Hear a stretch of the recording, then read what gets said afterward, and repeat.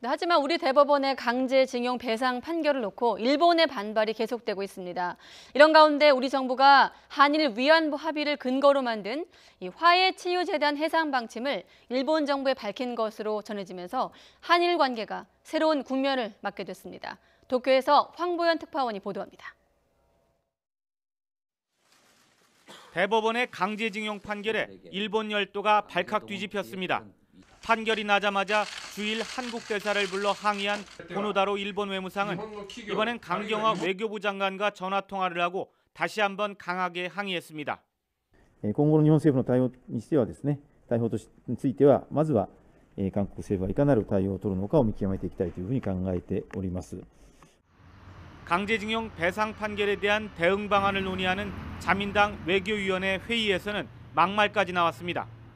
나카소네 히로우미 전 외무상은 1965년 청구권 협정으로 끝난 일을 뒤엎었다며 한국은 국가의 틀을 갖추지 않아 한국에 투자하는 기업이 적어질 것이라고 주장했습니다. 일본 언론들도 대부분 한국을 성토했습니다. 특히 일부 신문의 경우 한국 대법원이 국민 감정에 휘둘려 이런 판결을 내렸다는 식으로 반발을 부추기는 모양새입니다.